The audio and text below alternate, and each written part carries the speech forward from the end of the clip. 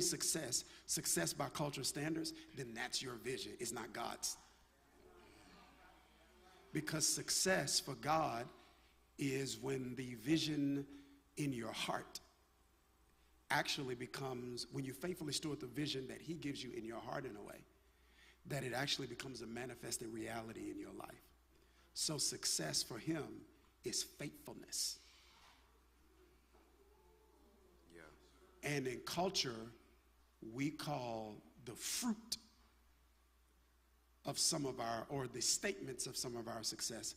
So like a large following isn't spiritual success. Right. Yeah. Does that make sense? That makes sense. A big church is like church success, is what culture would call successful. What I'm going to be held accountable for is, Dharius, how did you steward the vision I gave you in your heart?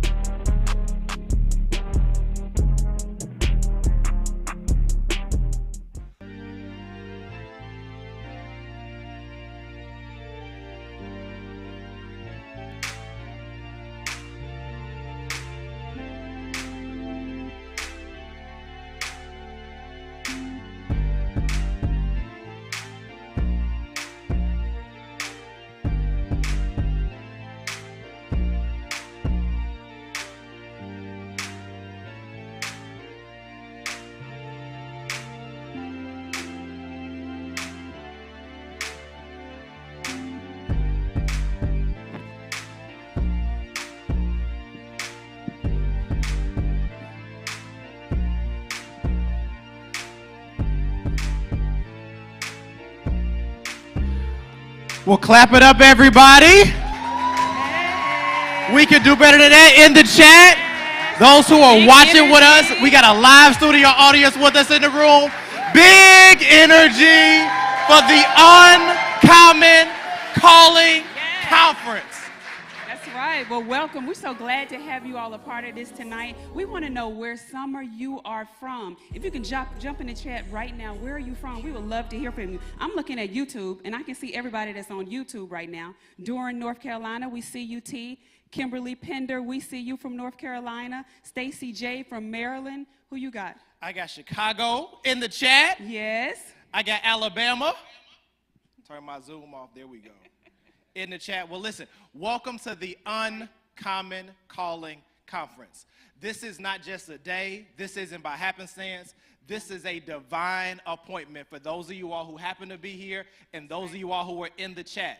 You joined this conference because you believe there was something special about you that wasn't normal. Yes. You had been looking for normal. Right. Normal wasn't working. That's right. But you discovered you were uncommon. Uncommon. There was something different about you. Come on, you and are we unique. believe Yes. that these 2 days Tonight. with Dr. Dharius, starting today, That's right. it's going to change everything. You're going to encounter an uncommon calling. Are y'all ready to do that?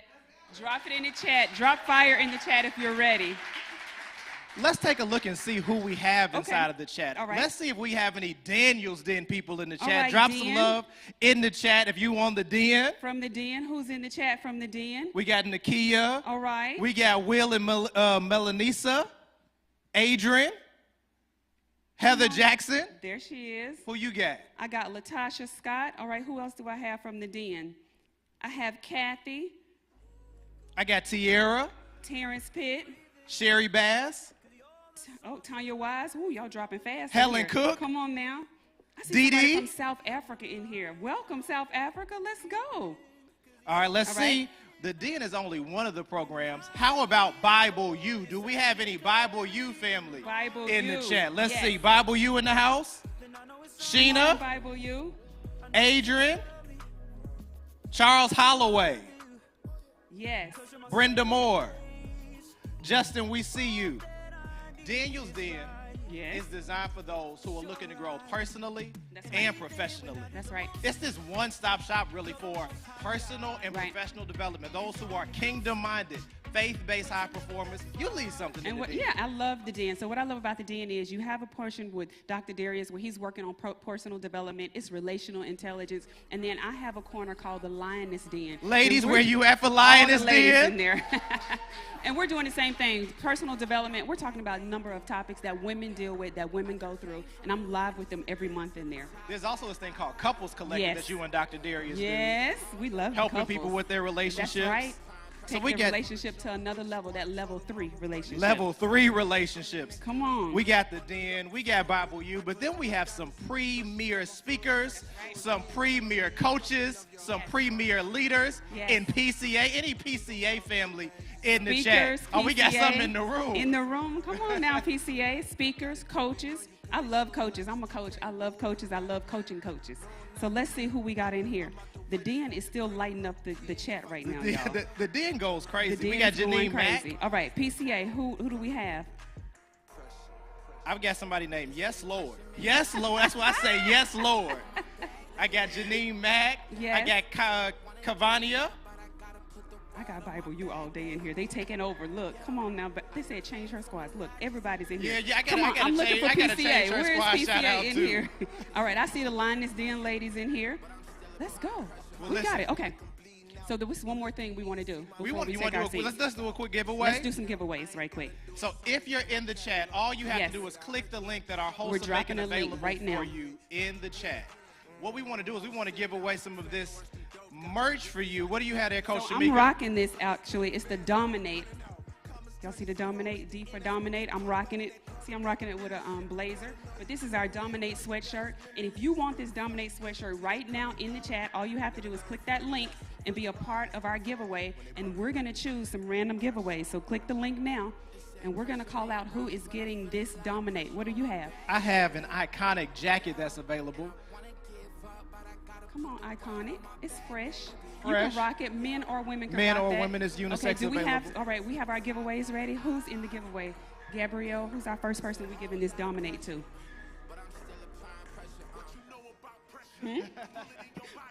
They going fast? Okay, we're going to give it to somebody in the audience as well. And then we have a so let's see who in the room is in all of the programs that we named. That would be Maya. Maya would Come be. on, Maya. So Maya, we for got a Maya, special we gift have for a you special too. gift box for you. Anybody in here from Marketplace Mandate Academy? Oh, we got multiple Marketplace Mandate. How about any Purpose and Profit Academy family Yes. members? Anybody from PPA in the room? The first one, yes, ma'am. Miss Peggy. Miss We got a Peggy's in gift the box room. for you. Clap it up for Miss Peggy in the Yes, room. Miss Peggy. Thank you for being a part of this room. Okay, and the last thing I have is something from it's another Dominate outfit. It's on the Dharius Daniels website. So we have this available as well. All these things are on our website. You can go to the website. We're going to drop it in the chat as well. You can go to the website and order these items. But we have a couple people that we're giving them away. So we have their names. All right. Where's Coach Gabrielle? We can do it at the I end. lost her. Okay, all right. Well, we'll give it to you at the end then. We'll do it at the end. Well, listen, we have what is an honor to me. I know you spend more time with him than I do, but he has absolutely changed my life. If Dr. Dharius has changed your life, drop some fire in the chat. Clap it up in the room for the man, our mentor, our coach, our leader. If you're ready for the Uncommon Calling Conference, clap it up for Dr. Dharius Daniels.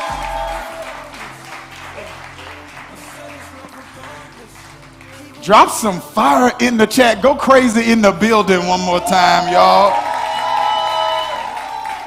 Man, I'm super excited. I'm super excited about today. And first of all, I want to thank everybody for being a part of this event. These 2 days are going to be revolutionary, life-changing. I feel like a bull in a china shop. I'm just ready to go and knock some stuff over and just really add some tremendous value, you know. I'm super excited about today. Hey, I want to make one bold promise. I want to make one bold promise to you. I'm committed to helping you gain the clarity, the confidence, and the competence for your uncommon calling. That's my commitment. I want to help you see it right. I want to help you feel right about what you see. And I want to help you learn how to do it right. All right. That's what I commit to you. But here's what I need for you to commit to yourself. I need 5 things from you these 2 days. Don't forget these 5 things. 1, I need your attention. I need attention. This is the commitment I need you to make to you. Because commitment is the currency attention is the currency you exchange to get the results you want. Number 2, I need openness. Don't let what you do know or what you think you know get in the way of you learning what you don't know. Number 3, I need enthusiasm. You can't have big change with low energy. Each night, I want you to bring the fire, bring the enthusiasm. Most people get excited about what they put on them. We're going to get excited about what we put in us. Number 4, expectation. If you believe nothing's going to happen these 2 days, you're right. But if you believe anything can happen these 2 days, you're right. Expectation. And then here's number 5. Here's the big one. Here's the big one. I run into this with every single program that I do. Commitment. Commitment is the key that unlocks the door to the next level. And you know what most people do? They sign up and don't show up. But that's not you. These 2 days, I need you to show up. And I believe if you show up, you're going to go up. I'm super excited, man. If y'all ready for tonight, let's get right to it. Clap your hands in the room. Drop some fire in the chat. Let's go. Man, I love it. I love it. I love it. Well, listen, I remember this like it was yesterday. I was sitting in my car in the parking lot of a place in Windermere, Florida, outside of Orlando called The Grove. My friend, Pastor David Jocks, had just introduced me to this place called Stretch Zone. I got a membership at the place, and I was sitting in my car, waiting on my appointment, having a conversation with my pastor, attempting to share a shift I was sensing in my calling that I didn't have language for. I was I was trying to describe the way that I felt, but I couldn't find the words to describe it. I want to know if you ever felt that way. Trying to explain something to somebody you want to explain it to, but unable to conjure up the accurate words that you need to conjure up to describe what you're feeling. So then I felt embarrassed because I'm trying to explain to him something that I'm feeling and sensing on the inside that I don't have language for. I was clear, but at the same time cloudy. I was confident, at the same time not confident. I was appreciative, but at the same time unfulfilled. I want to know, have you ever felt that way? If you've ever felt that way, put in the chat, me. You know, I had so much to be grateful for, but something in me knew there was something more and something different. And as I sat in that parking lot, I had a realization that became incredibly helpful for me, and I believe it's possible it may be helpful for you. I want to know, is it okay if I share it with you? Y'all not loud enough in the room. I said, I want to know, is it okay if I share it with you? Yeah. I thought I was just wrestling with my calling, but I realized I wasn't just wrestling with my calling. I was wrestling with my need to feel normal.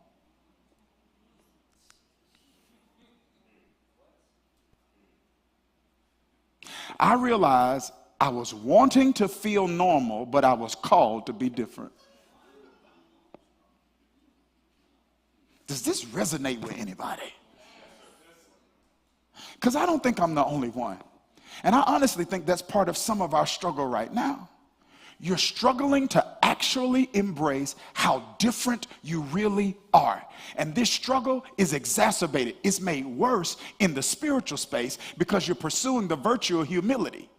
And so admitting that you feel and sense something more and something different oftentimes feels like it puts you at odds with the spiritual virtue of humility. But humility isn't low self-esteem. Humility isn't an absence of an awareness of who you are and what you can do. Humility just comes when you recognize what you have and you also realize who gave it to you. I had to realize, and some of you have to realize, that my calling was uncommon. I had to accept that God called me to have a ministry beyond the pulpit as a missionary in the marketplace to the personal development space. And I had to learn how to embrace it. I had to learn how to understand it. And I had to learn how to unleash it. And if I didn't figure that out then, we wouldn't be doing this now. If I didn't accept my difference, I wouldn't be making a difference with programs like Daniel's Den and programs like Bible U and programs like Marketplace Mandate and programs like Purpose and Profit Academy and programs like Elevate and programs like TCC, TCP, PCA, CCA, ABBA, I3. It wouldn't exist. And people that are being helped and encouraged and reached would not be helped and encouraged and reached if I didn't realize that I can't make my difference, if I don't accept that I'm different. And I want you to think about the people that have been helped and served through those programs and what they would have missed out on if I wouldn't have accepted and embraced me. And I want you to think about everything that's on the inside of you. And I want you to think about the lessons you've learned, the wisdom you've acquired, the skills you've developed, the insight that you have. And I'm telling you that there are people that are waiting on you to accept who you are. And if you're ready for that, you're at the right conference. I said, if you're ready for that, you're at the right conference. If you're ready for that, you're with the right coach. And I want to know who I'm talking to. I just want to know who's ready. I'm looking at the chat right now. I'm looking at our elite in Zoom. I see the chat. If you're ready, just put I'm ready in the chat. See, I think this is so important here. I think this is so important. You got to think about how many people miss out if you don't figure this out.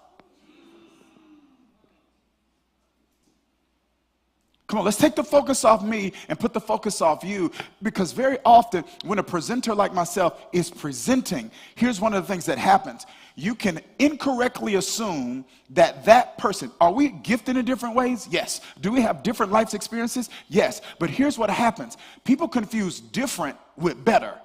And so they can look at a presenter like myself who's hosting an event like this and say, sure, you can say that. You're better. I'm not better. I'm different. And as long as you call me better, it gives you an excuse not to go all in. As long as you think that God gave me something he didn't give you, that gives you an excuse to sit on your potential and feel okay about it. He gave me something different than he gave you, but he gave you something different than he gave me. Our lanes are not the same. I'm getting ready to talk about streets. Our streets are not the same. The contribution we're supposed to make on those streets are not the same. But here's the one thing we both have in common. If we put in the work, it'll work. Here's another thing we've got in common. Our calling is uncommon. And I want to help you understand what it means to have an uncommon calling. My coach, one of my coaches, before he was my coach, he said to me one time, he was speaking at an event in New Jersey, and I was driving him to the airport in Philly. He looked at me and said, Dharius, you're going to have to learn how to live accepting you're a zebra without stripes. You're going to have to run with people with stripes and learn to feel normal. I had to understand, I had to embrace, and I had to unleash my uncommon calling. Here was my problem.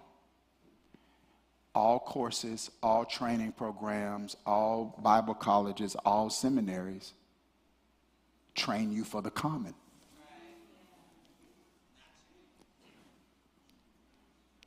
Did you hear what I just said? So when I would go to courses and masterminds, and they were helpful, but most of them were taught by people who didn't share my value system. So my faith is an integral part of who I am. So you don't have to preach sermons to me, but you can't be teaching me something in a way that's going to cause me, if I have to walk out of my faith to walk into that, I don't want that.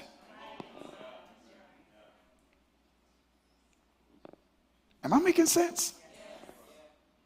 It's just like, man, where could I go to get the clarity, the confidence, and the competence? So I had to go to a university that I don't want you to have to go to.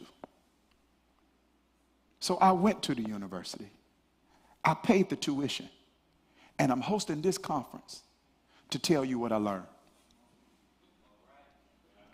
I went to figure it out on your own university. I went to go here, there, and everywhere and pull best practices from a multitude of places, then create a space and an environment where people like you, who want to self-optimize, who want to reach and steward their potential well, people who want to make a difference, and some who want to make a dollar, put them in an environment where they can add value to others, receive value without violating their values. I had to go to Figure It Out University. I said, okay, I like that, but I can't take that. You telling me to lie in my marketing, and part of my faith says I can't lie. I'm not saying limited quantity if there's no limited quantity. So I learned 5 things in Figure It Out Yourself University. It's going to take me 2 days to teach you these 5 things. And I want to know, do I have your permission to share with you these 5 things I learned in Figure It Out Yourself University? Yes, I need you to put in the chat, I want it.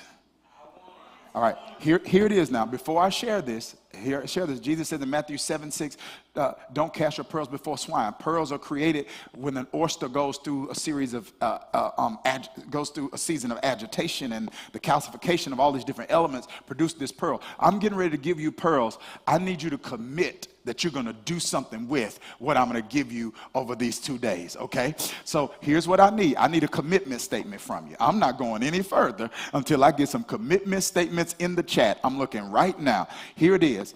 I want you to put, I, whatever your name is, commit to go all in on my uncommon calling. I'm looking right now. I want you to put, I, comma, whatever your name is, commit to go all in on my uncommon calling. This is not a commitment you're making to me. This is a commitment you're making to you. You owe you. You owe you. You've broken enough promises to you. This is a promise I need you to keep to you. I, whatever my name is, commit to go all in on my uncommon calling. Here's what I learned, an uncommon calling, and I'm going to teach you all 5 of these things in 2 days. An uncommon calling requires uncommon clarity, uncommon courage, uncommon confidence, uncommon character, and uncommon competence. I need 2 days. I need 5, but I'm going to take 2 days and walk you through these 5 things. Who's ready? If you're ready, put me in the chat. If you're ready, say me in the room. Okay, here it is. Let's start with uncommon clarity. What is an uncommon calling? I'm going to give you a description. This is not a definition. It's a description, and then I'm going to unpack the description for you. So don't be overwhelmed by the robust nature of the description. I'm going to give you the description, and then I'm going to unpack the description for you. Here it is. An uncommon calling, here it is. I see you, Helen, is a comma calling.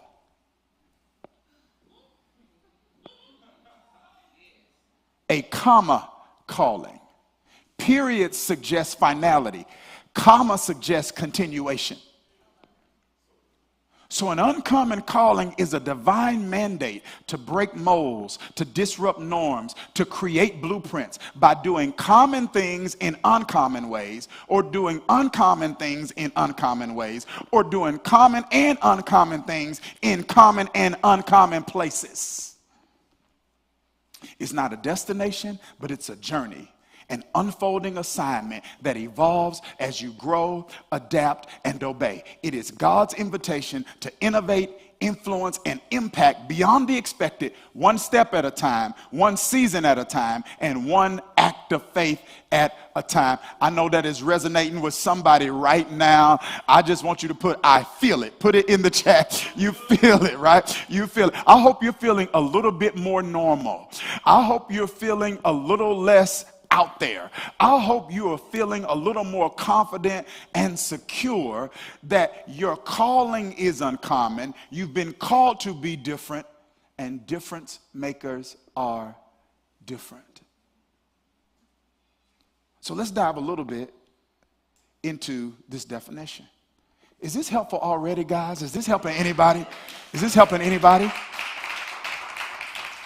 Okay, here it is. I'm looking at Zoom right here. If this is helping you, wave at me. I'm just saying, I see Hella shaking her head. I don't see anybody waving. Okay, there we are. Let's go. Okay, YouTube, I need the hand emoji on YouTube. Let's go. Here it is. Let's take a deeper dive. An uncommon calling is a comma calling. Period suggests finality. Comma suggests continuation. You aren't just called to be this or that. You're called to be this and that. And here's where some of you right now, here's where I was in the parking lot at the Grove in Windermere, Florida, and here's where some of you are right now. You're cloudy because God's adding a comma.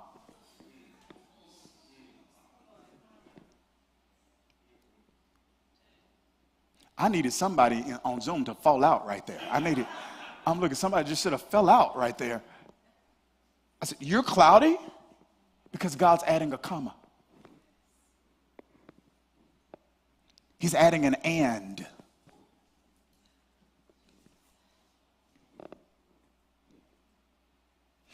And commas make clarity more difficult.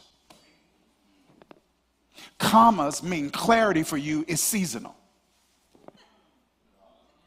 There was a season in my life where I was crystal clear. And then I was sitting in that parking lot at the Grove in Windermere, Florida. And here I am, clear in one season, talking heavy, clear, and spicy. And now I'm sitting and I'm like, I don't know what I'm supposed to do, Pastor. He was adding a comma.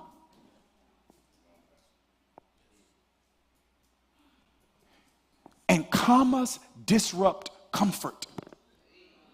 Because comma means I'm about to step 1 foot out of the familiar and step a foot into the unfamiliar.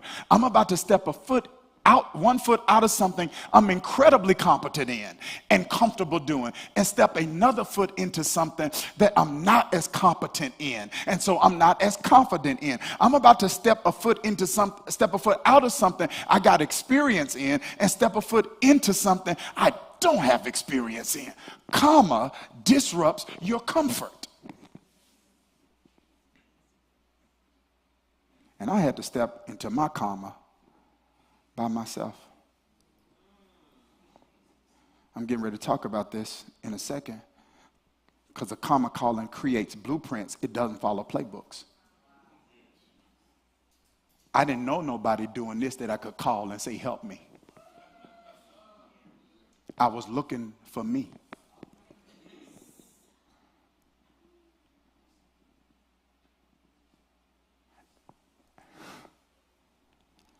Comma. At that point, I was just pastor. But I had to accept, I got a comma calling. I preach in church and I speak in the marketplace. I write sermons, I sell programs. I write books, I write curriculums. I host podcasts, I coach, I train coaches. I speak, I train speakers. I train trainers. I lead leaders, comma. And you, watch this, you decide how many commas you accept. You don't decide how many commas you are assigned. God assigns.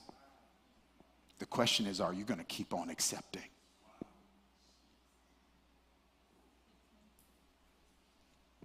So every time I sensed a comma, I had to get clarity. What does this mean? I had to get courage. And then I had to get competence. There's an investment I had to make to learn something I didn't know so I could do something I hadn't done. Am I making sense? I said, am I making sense? Do you know that sometimes crisis is what actually pushes you into another comma? Have I ever told y'all the story of online, act like, even if I've told you this story, I want you to act like you never heard the story.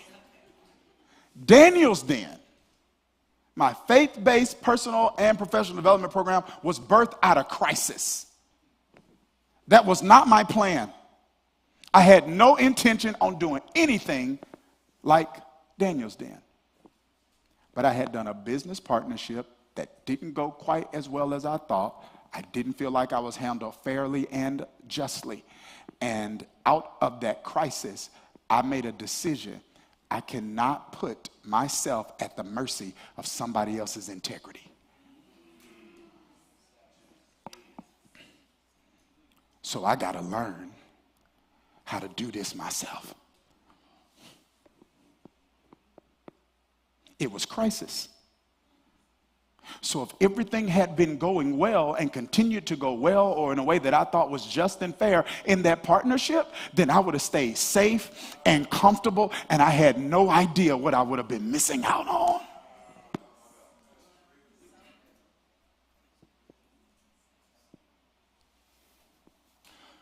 So I said, I got this vision to do this thing, but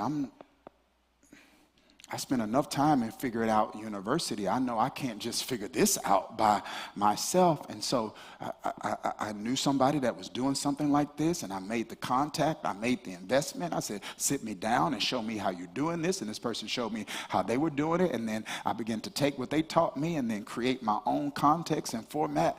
And boom, there goes Daniel's Den. Because sometimes crisis puts you in the comma. And comma disrupts comfort. Every time a comma is added, you're going to have to fight comfort.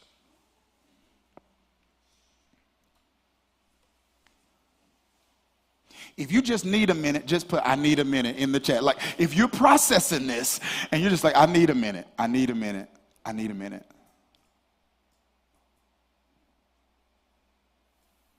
It's a comma calling. It's not only a common calling, it's a divine mandate. It's not an accessory, it's a necessity. You either accomplishment or you accomplish it or you deal with unfulfillment. Whenever there's a part of your life that's unfulfilled, very often there's a part of your purpose that's undiscovered. That's undiscovered. You have to do it. It's what you were born to do.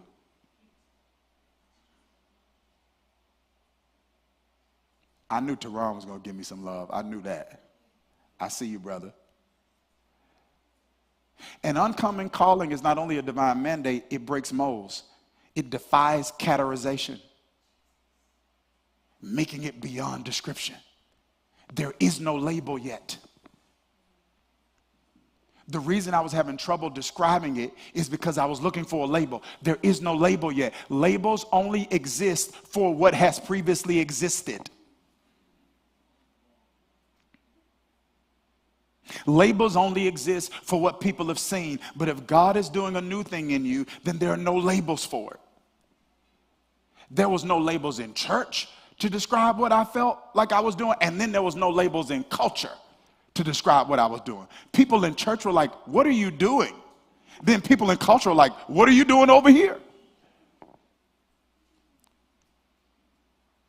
It disrupts norms. It redefines normal and confuses those who are accustomed to normal. You got to get used to being misunderstood.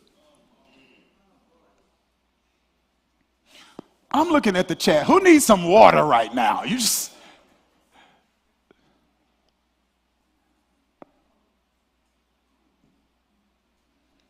And finally, an uncommon calling creates blueprints. It doesn't follow someone else's playbook.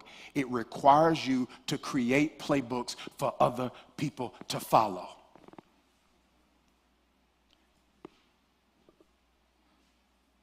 Somebody got to be first. Did you hear what I just said? Somebody's got to be first. You're looking at I'm getting ready to talk about streets. You're looking at your street. You're looking at your industry. You're seeing some things that don't just quite sit well. You see opportunity for innovation. There's something in you. You know some things need to be done differently in your industry and on your street, and you sense it. You got a conviction about it. And you're waiting on somebody else to be first. When you're supposed to be first. Now, here's what's scary. If God eventually sees that you won't be, then you'll be second.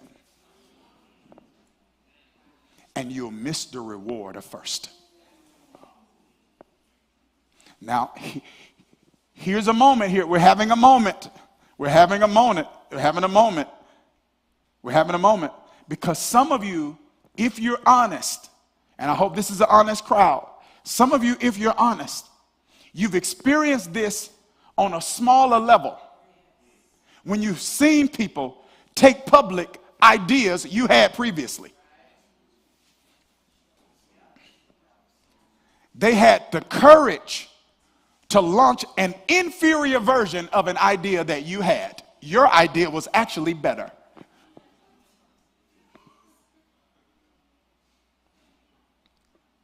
I know you're like, what kind of conference is this? An uncommon one.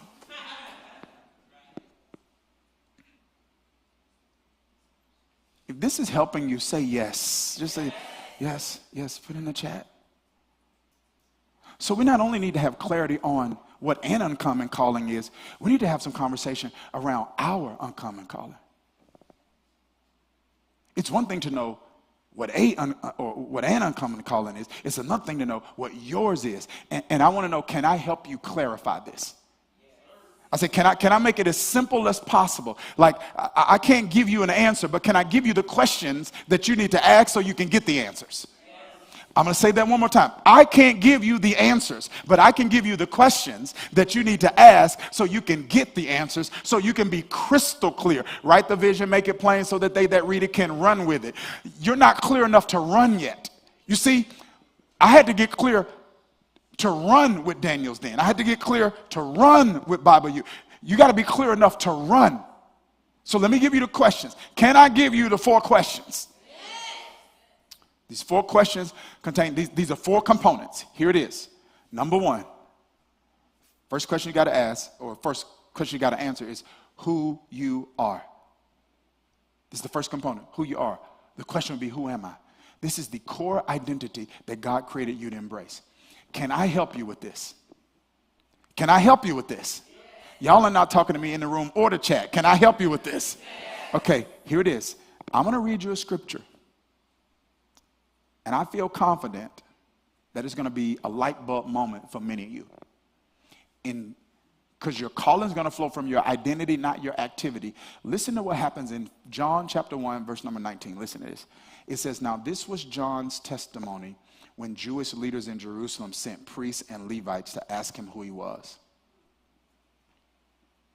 He did not fail to confess, but confessed freely, I am not the Messiah. Whew. They asked him, well, who are you? Are you Elijah? I am not. Are you the prophet? No. Finally, they said, who are you? Give us an answer to take back to those who sent us. What do you say about yourself? John replied in the words of Isaiah, I'm a voice. What? I'm a voice of one calling in the wilderness. I'm a voice. You see, religious conditioning would not allow the average person to give that answer. They ask very specific questions based on historic religious labels, and John is in essence saying, I fit none of your labels, and I'm fine with just being a voice.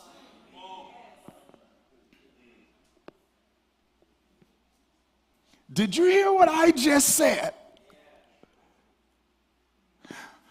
But in cultural spaces and in religious spaces, there's this pressure to define ourselves by these historic categories that don't actually accurately depict all that you are. John say, I'm too much for one of your labels. I'm just a voice. So I'm going to ask you something. At the core, who are you? Here's the way some of you heard me ask this question, and I want you to put this in the chat right now. What walk in the room when you walk in? I know what walk in when I walk in.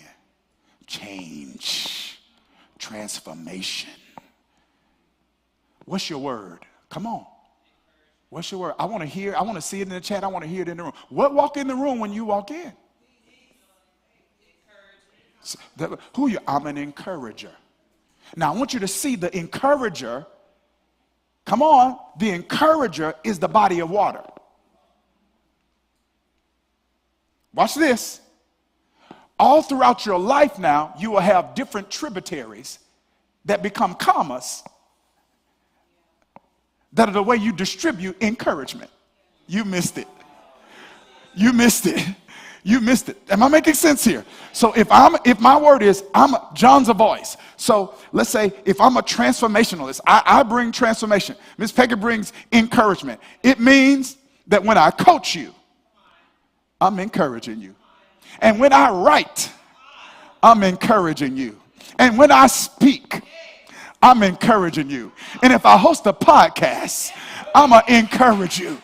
Because that's who I am. Am I making sense? And so many people try to come up with ideas without solidifying their identity. And the ideas should flow from the identity. I'm a writer of what? Am I making sense? I wish I could go high five somebody in the chat right now. Now, one more time, I want to hear your word. Come on, put it in the chat. What's your word? What's your word? Somebody else in the room, what's your word? What's your word? What's your word? What's that? Connector. Connector. You see? So if someone's a connector, Tim, what I would say is, in the knowledgepreneur space, you're a broker. Who's the most famous broker in the knowledgepreneur space? In the history of knowledgepreneurship, at least in our modern era, Oprah.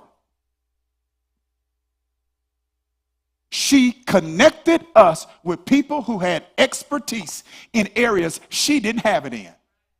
So she brought people to the table, to the show, that were experts in areas she wasn't an expert in.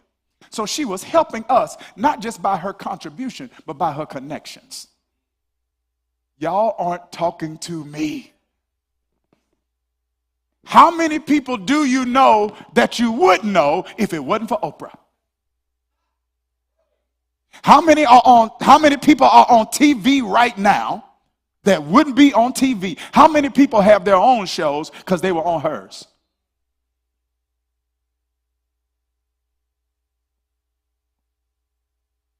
When you become a connector, you become a stage. Did you hear what I just said? You become a stage. You don't just build stages for others, you become stages for people to stand on.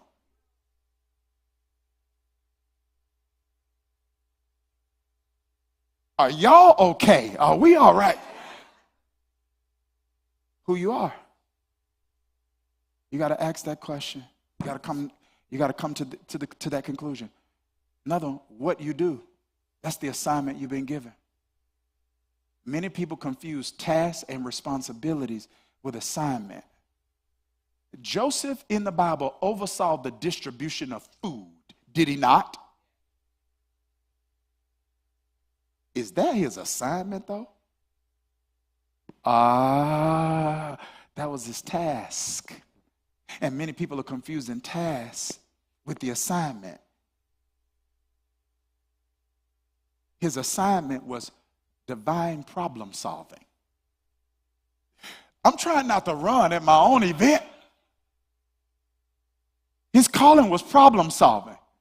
So if you got me overseeing food, I'm fixing that. And if you got a dream you can't understand, I'm fixing that. Potiphar, if you have a team you need managed, I'm fixing that. What's broke? I fix. I'm a fixer.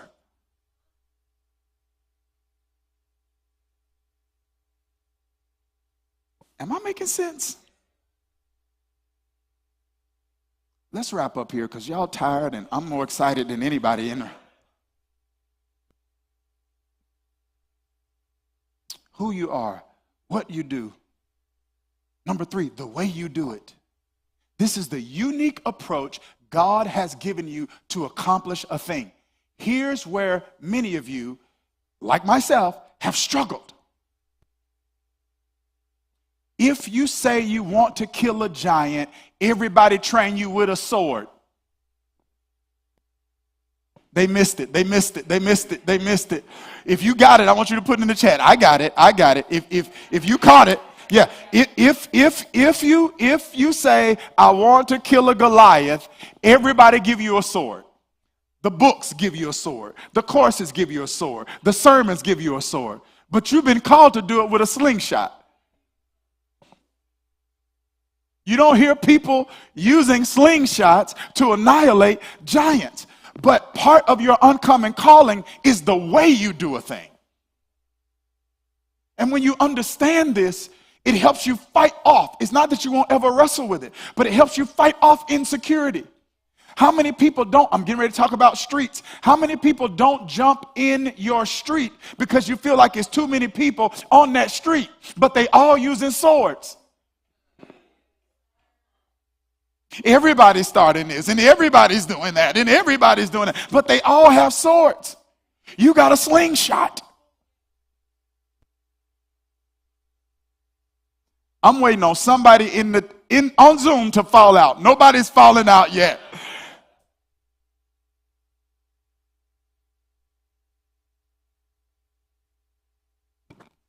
Jesus taught in parables. It was a teaching style that was frowned upon and confused the religious scholars.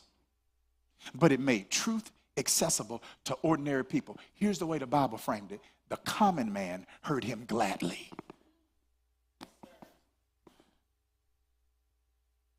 Because when you understand the way you do it resonates with the people you do it for. Did you hear what I just said? All right, let me go to my board because y'all got me all up excited.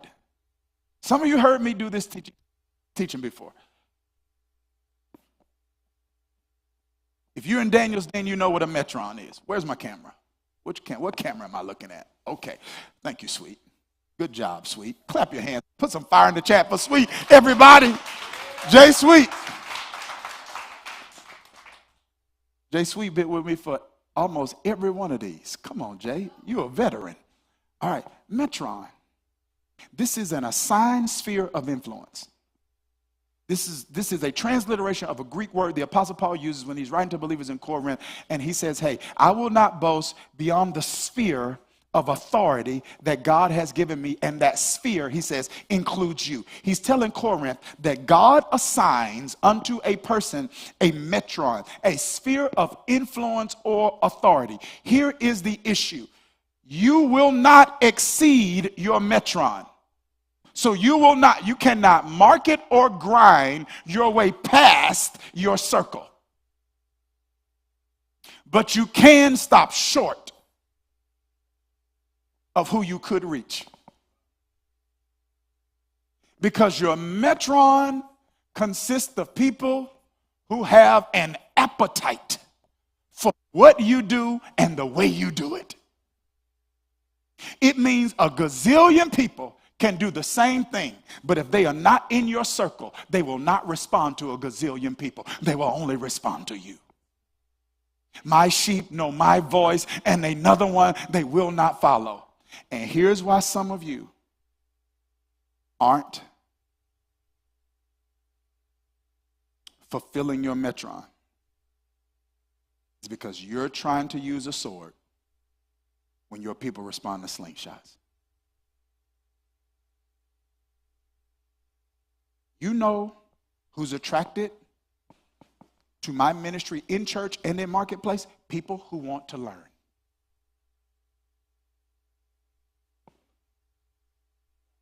Yep. If you just want to be like inspired, you're not going to be with me long. Come on. Does that make sense? Now, here's what people do. People see what's working in somebody else's metron. Then they become a copycat, trying to reach other people in other people's metron. So one, because you're a copycat, you're not going to be as good as the cat you're copying. So you're not going to reach the people they're reaching in their metron, but you just abandon yours. So you're not reaching theirs or yours.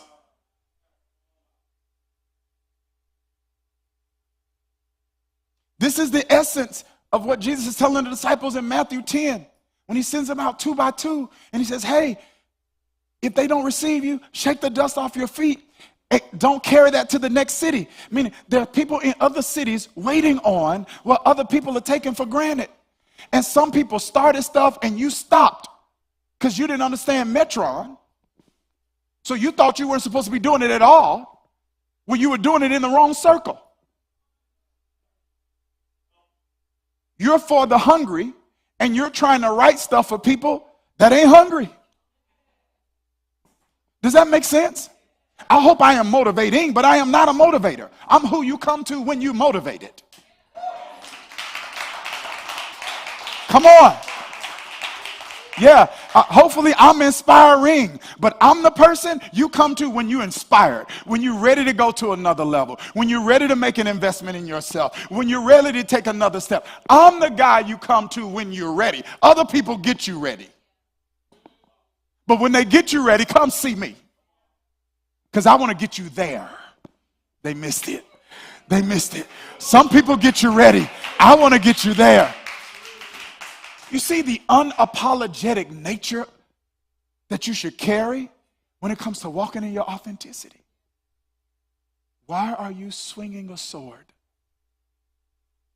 when you got a slingshot? All right, let me get this last one and then we'll just stop because we'll pick it back up tomorrow. This is where you do it. And this refers to your assigned sphere of influence. I'm going to go back to the board here. I want y'all to see something. Some of you have heard me do this teaching. I talk about this in Daniel's Den. Some people call these mountains, and I want to be as honorable as I can. I want to be honorable with people that I disagree with. So the gentleman that came up with the 7-mountain mandate, I just have very strong disagreement with him in areas. So that's not, I have very strong disagreement. Amen. That's enough. But Reggie McNeil talks about, these are more than 7 slices, I think, but he talks about something called the 7 sectors of society, and I call these streets. So when you talk about an uncommon calling, your calling is to a street or streets. Does that make sense? Sectors of society. So here are a few of them. There's a religious street. There's the family street. There's the education street. There's the wellness street. There's the arts and media street. There's the government street. There's the business street. You see that? Okay. So in the chat right now, in the room, because it's easy for you to see other people than yourself. Somebody tell me one of the streets I'm on. What are one of the streets Dharius is on? Out of the 7, put the 7 back up, guys. Religious. That's one of the streets, right? Religious. Right? I am contending for ground on that street. There is a contribution. I'm supposed to bring my slingshot to that street. I don't care how many people are on that street. There's stuff going on in that street that's weird. There's stuff going on in that street that's not healthy. And there's stuff going on that street that speaks to a group of people, but it doesn't speak to another group of people. So if I would have looked on that street and say it's too many of this, that, and the other on that street, how many people would not have gotten what God put in me to contribute to them if I had just said it's too many people on that street? What's another street I'm on? Business street. What's another street I've been on? Education street, professor. Somebody say, put in the chat, comma.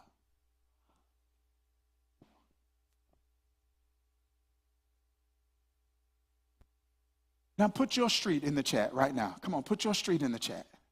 Put your street in the chat. Put your street in the chat.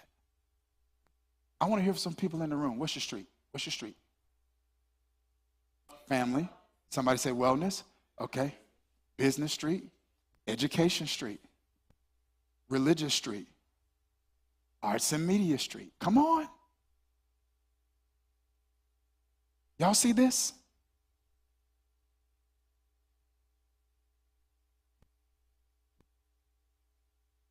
And what if I told you, when people try to tell you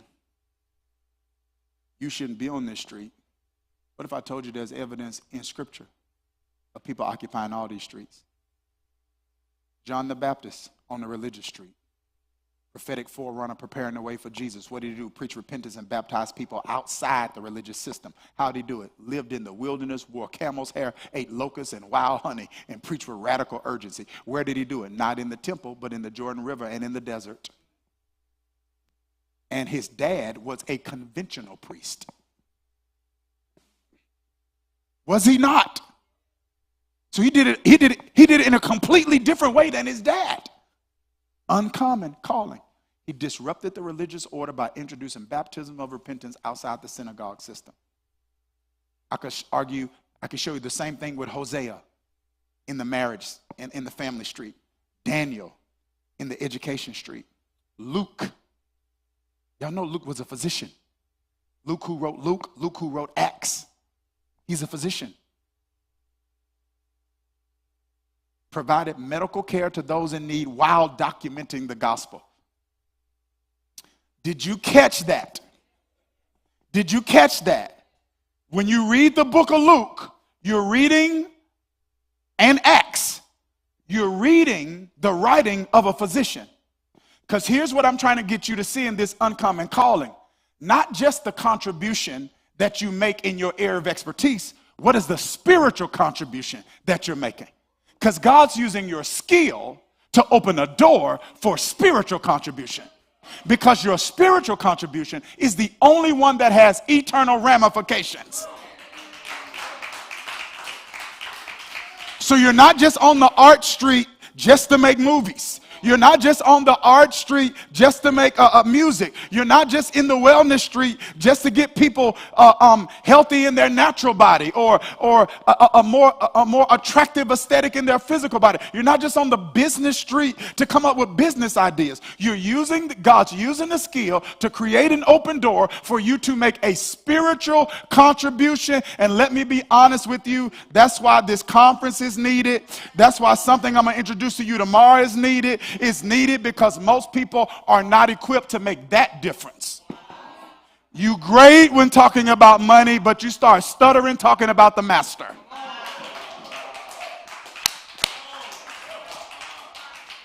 So when people have hard questions, we're not equipped to answer them.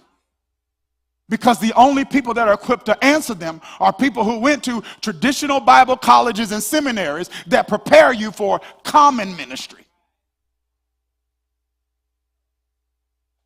So when you're in marriage ministry and people start talking about polygamy, you're stuttering.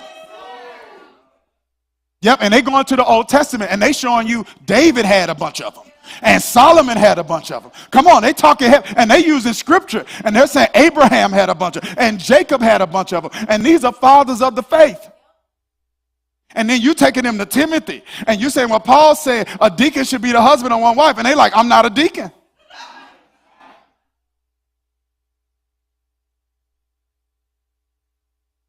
What's the spiritual contribution? Because that's the only one that makes an eternal difference. That's the one. Now do you see why we need competence? Now do you see why we need training? So that I'm equipped to make that difference. People come telling you, the Bible says slavery right. We stuttering.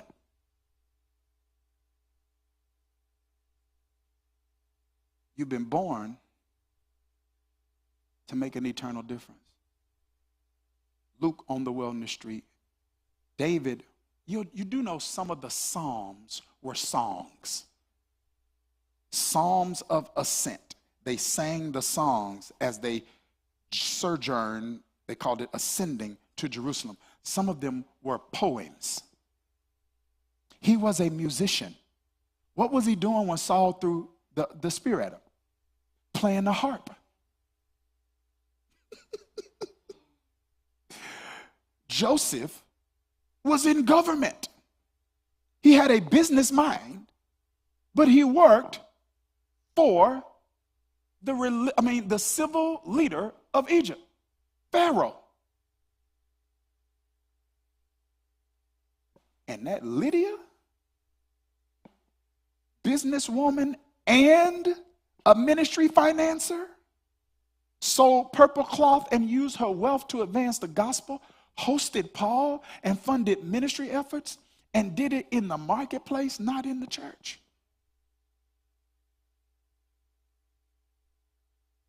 John, Hosea, Daniel, Luke, David, Joseph, Lydia. They ran their race. You got to run yours.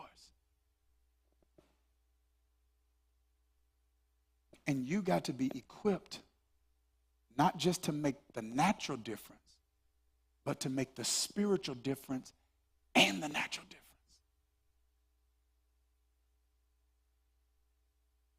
Because I don't care where people are struggling, where you're hurt, where you're helping them. Spiritual poverty is the worst kind of poverty.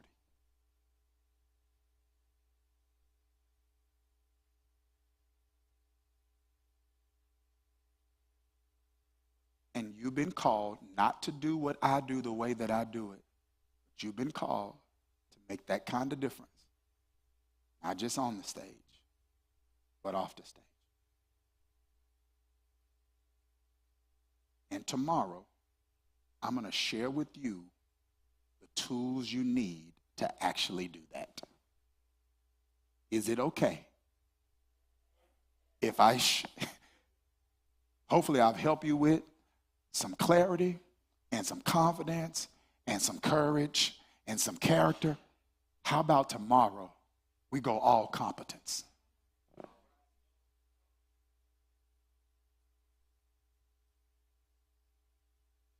I want everybody in this chat to put, it's my time. It's my time. It's my time. It's my time. It's my time. It's my time. Yeah, when if not now? When is how much more you need to know? Like when? How much more time you need to take? How many more signs you need? How many of these you're gonna sit in with me before it's like it's my time? How many notes you're gonna take before you say it's my time? Your time is now. And when you set yourself up to become a kingdom asset, the elevation and the favor and the connections that come after that, when you good enough to be Daniel, which means you better at skill than everybody else, but then you got the spiritual component too. Now God's like, oh, I'm about to shoot him all the way up to the ranks, because now he can do the job and he can handle the assignment.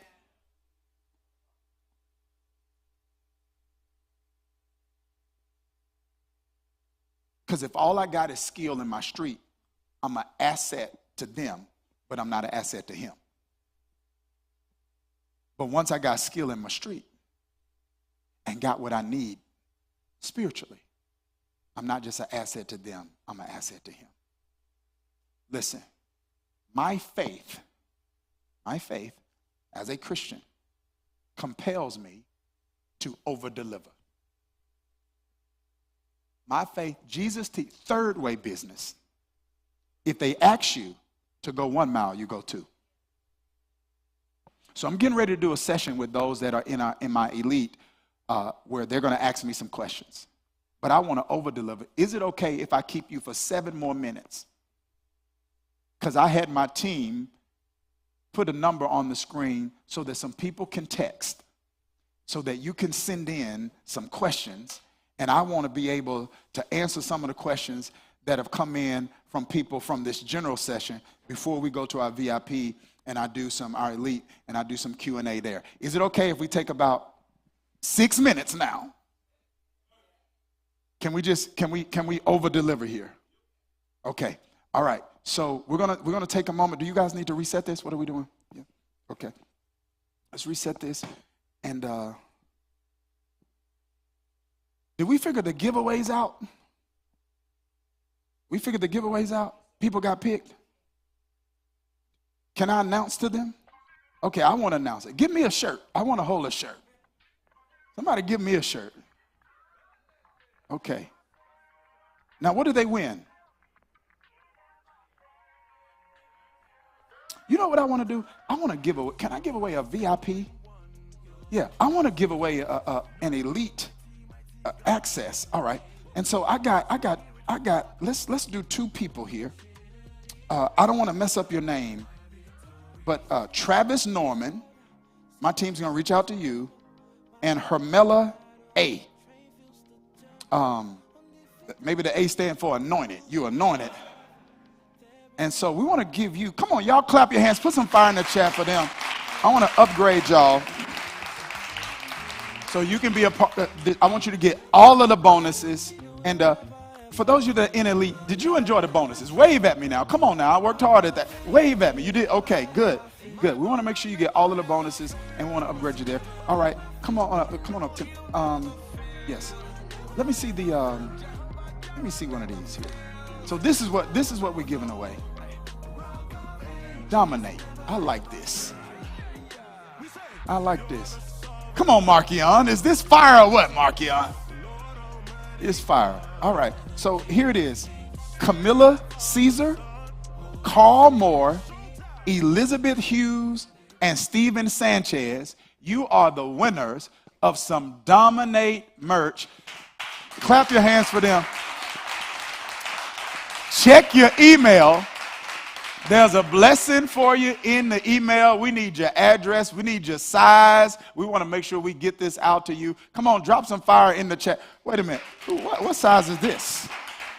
What size is this? What size is this, Tim? This is a small. Who wants this one? Okay, come on. These are marriage coaches right here. Come on. Some marriage coaches. I love it. Give me another one. Yes. This is an extra large. This is the iconic jacket. Who wants this one? We can't give it to the husband. Don't snap on me. She's snapping. She's snapping right here in the pic. Come on, clap your hands for her, everybody. Amazing. Let's take 5 minutes. And let's go through some of the questions that came in. This is Tim Fryer, everybody. Clap your hands for Coach Tim. Tim, what's all of the you got all of the levels, the Ken Blanchard. Tell them the stuff you got. It's fancy. Tell them. Ken Blanchard. Now you got me on the spot. I can't even remember the name, but I'm certified in Ken Blanchard modaculum as well as. Thank you. Help him. His wife got to tell him what he. Emotional intelligence with a DISC. I'm a certified DISC coach and partner, and as well as DEI and a lot of different. He's a great coach. Yeah, I just got a lot of stuff. Great coach. Corporate coach, great coach. Yeah, I'm supposed to read when I'm up there. You want me to think. I don't want to think. You just fried my brain down. Okay, so we got some great questions. Several questions came in. But here's one that jumped out to me. How do you pinpoint your uncommon calling when there's so many commas? How do you bring it all together? 1 comma at a time. 1 comma at a time. I'm going to bring this tomorrow. I'm going to have them show it on the screen. I'm going to show you guys what I wrote in a journal. I drew a diagram in a journal not too long after I had that moment in the parking lot where I kind of like mapped out what I sensed as clear as I was called to do. And now I'm in a season in my life where everything that I draw out, I'm walking in. But it was 1 comma at a time. So the vision is for an appointed time. Does that make sense, guys? So the vision is for an appointed time. So the first thing I'm going to tell people to do is like, hey, when you get a revelation of a comma, that revelation should lead you into a season of preparation. Because when God gives you a revelation of a comma, it doesn't mean you're ready to do it. It means you got the potential to do it. Did you hear what I just said? Yeah, it doesn't mean you're ready to do it. It means you have the potential to do it. And so if you make the investment in terms of learning what you need to learn so that you get the competence, then once you're trusted with the competence, God opens the door and gives the opportunity.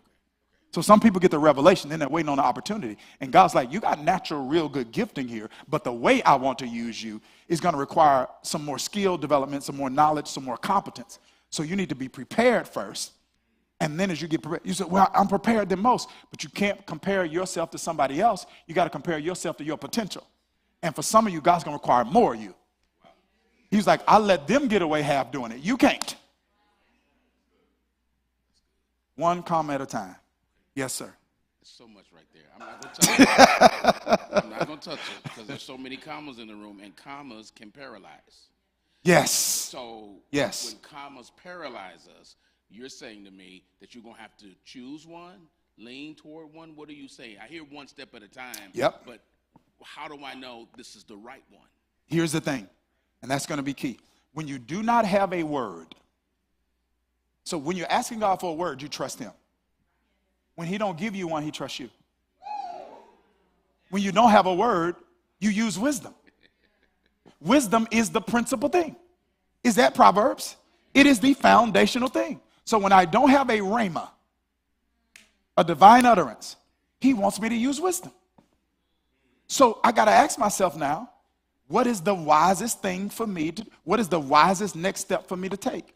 What's easily accessible for me now? What thing has gripped my heart in this season more than others? So I step into that.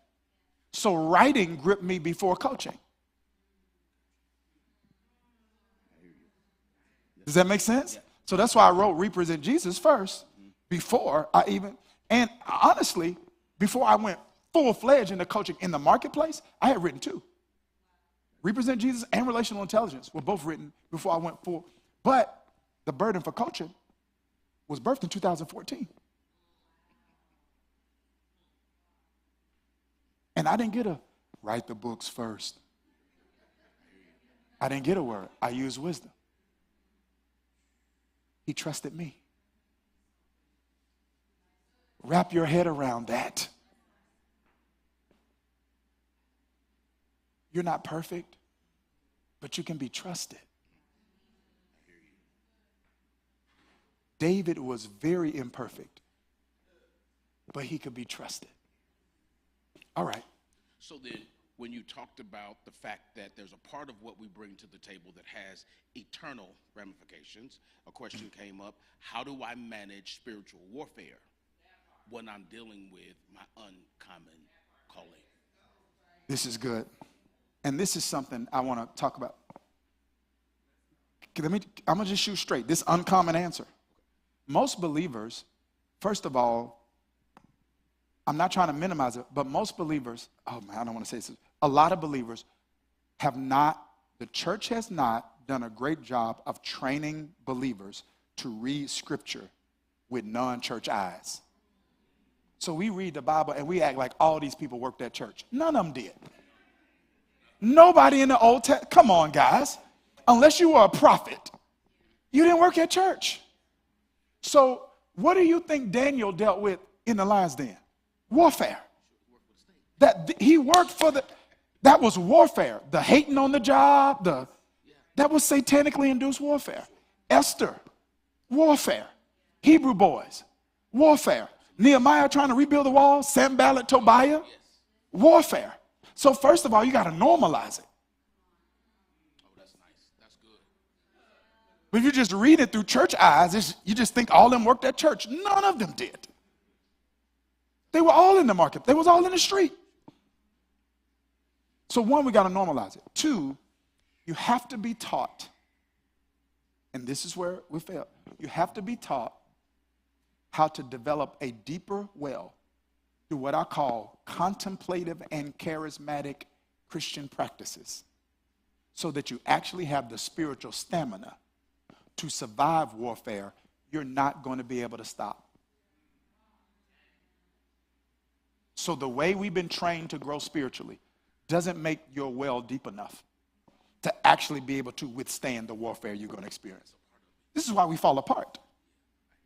Because just the tradition, we don't know things like the examen. We don't know things like lectio divina. We don't know things like biblical solitude. We don't know things like biblical meditation. Not meditation from Eastern religion, but meditate on the word. Then, like, we don't. So those ancient practices, like we teach in churches spiritual growth when the Bible teaches spiritual formation. And it's not the same. You see how I see the confused looks in the chat. See the confused looks here. That's the issue. The issue is we haven't taught them that. I can. Yes, I can.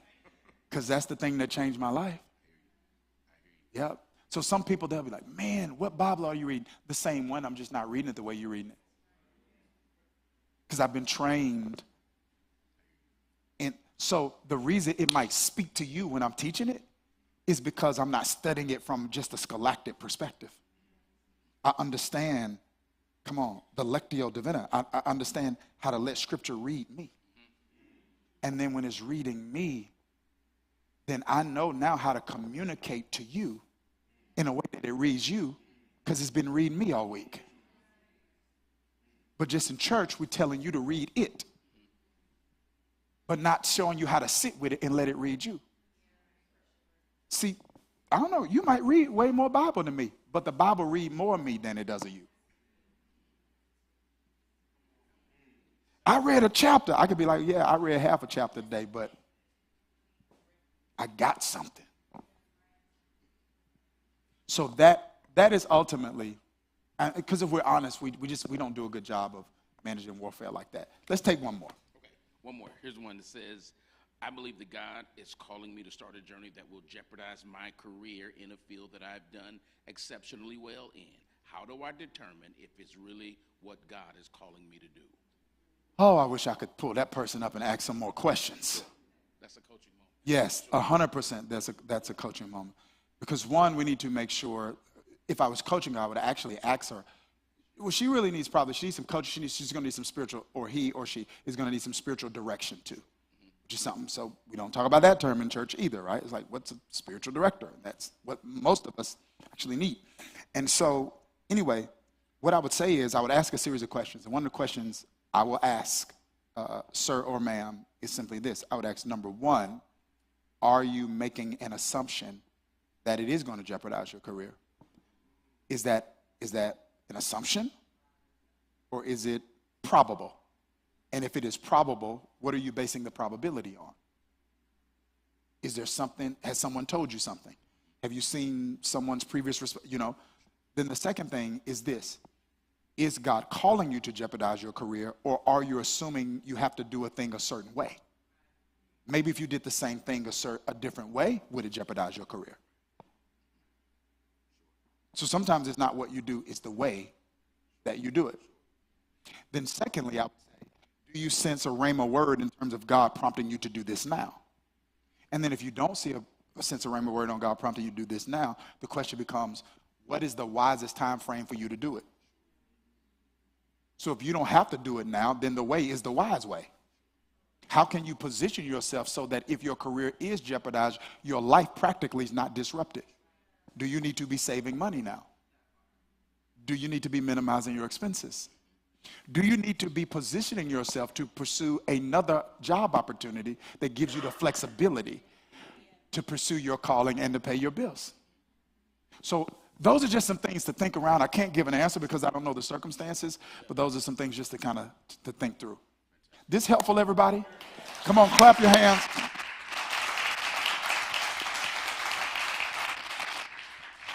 All right, listen, man, listen. Tomorrow night, we're going higher. You got to be here. I want you to commit to yourself because we're going to give you some tools. I add some stuff to my notes now. Miss Peggy she want me to get a little bit into contemplative spirituality. So I got to get into that a little bit on tomorrow. So we got to figure it out.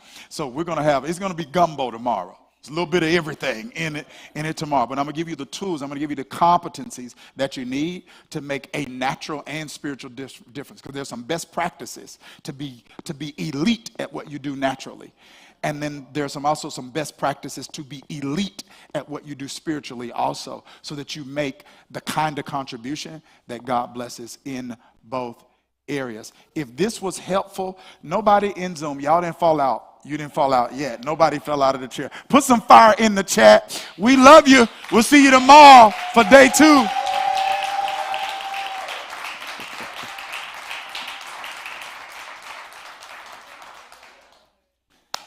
All right, are we ready for VIP? I'm going to do an abbreviated session with them because I've got them again Thursday. This helpful, y'all? Okay. All right. This helpful. Good stuff. Okay.